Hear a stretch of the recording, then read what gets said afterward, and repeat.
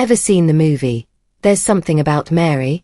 Well, my life feels like the unofficial sequel. There's definitely something about me, and apparently, it's everyone's business. Or, I wonder if people believe I'm related to C3PO, or actually looks like him. Most of these people tend to use me as a way to gain access to certain social circles, or to elevate their own image. Often, by how they present their relationship with me to others. Or by casting me in a bad light, to distract others from knowing who they really are. I've come to the conclusion that we're all handed our own personal boss battle in life. Some get existential dread, others get gluten intolerance. Me. I'm surrounded by a very unique breed, the stereotypers. These are the folks who treat me like a personality puzzle or pariah, trying to decode me just so they can use me as a stepping stone for their own gain. Here's the twisted part: if I keep to myself, I'm cold or unfriendly. If I open my mouth and dare to express a thought, suddenly, I talk too much. And if I try to walk the line between the two, I'm branded as being snobby. It's a masterclass in lose-lose scenarios.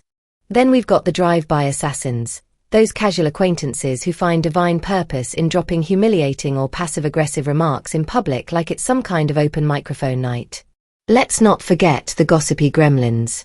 These are the people who corner me with unsolicited drama, unload their tales of woe or scandal, and then sprint to others claiming I'm the one spreading it like a carrier pigeon with boundary issues.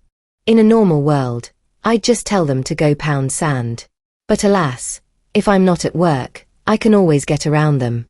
But when at work, here comes HR, with their polite emails and passive-aggressive concern that I'm not coping well.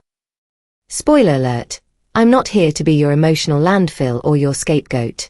I'm not much of a talker unless you're family or one of the few I actually trust. I keep conversations light, broad, and preferably about people who aren't within spitting distance of the same payroll. I'm not here for the he said she said melodrama. But today I hit my boiling point. One of these self-appointed comedians decided to air a joke about me in a crowded room, a passive-aggressive roast in front of an audience.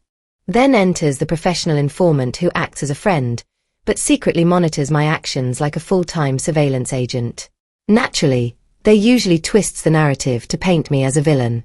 It's not truth they're after, it's character assassination, and they treat it like it's a hobby and they're up for an award. Then there are the sheep. The ones who know better, see the behavior, feel the wrongness, but still go along with it. Why? Because being liked is easier than being honest. And let's talk about the two-faced allies, the ones who whisper advice like, avoid person A and B, they're toxic, only to be seen bonding with them minutes later like it's afternoon tea with the Queen. Gaslighting, but with jazz hands. When I was younger, I'd twist myself into knots to avoid conflict. But now, let me be crystal clear. I'm done sugarcoating. I'm done smiling through nonsense. I'm done being polite at the cost of my peace. If you come to me with gossip, don't act surprised when it blows up in your face. If you drag me into a mess and then twist it to paint me as untrustworthy, no, darling, you are the problem.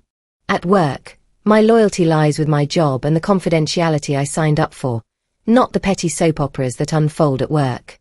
And, if you're looking for someone to broadcast your chatter, social media is your best bet. Outside of work, I try not to entertain gossip that rips others apart. I'm no saint, but I do believe in boundaries, and I sure as hell believe in earning loyalty. As for discretion and loyalty, those aren't freebies. You don't get those by default. You earn them. Because darling, loyalty is not a one-sided transaction. Loyalty isn't a given. It's earned. And discretion? That's not a free service. It's a privilege. Look, I get it. Sometimes people need to vent. But if your idea of venting includes smearing the person who listened to you in confidence, maybe go talk to a therapist. Or a priest. Not your coworker or acquaintance. So to those who twist, spy, sabotage, and gossip like it's a sport, and lay the blame on someone else, in order to hide who they really are, I say, kindly, and I say this with all due courtesy, go frig yourself. I'm no one's Pinocchio. Nor do I entertain parasites.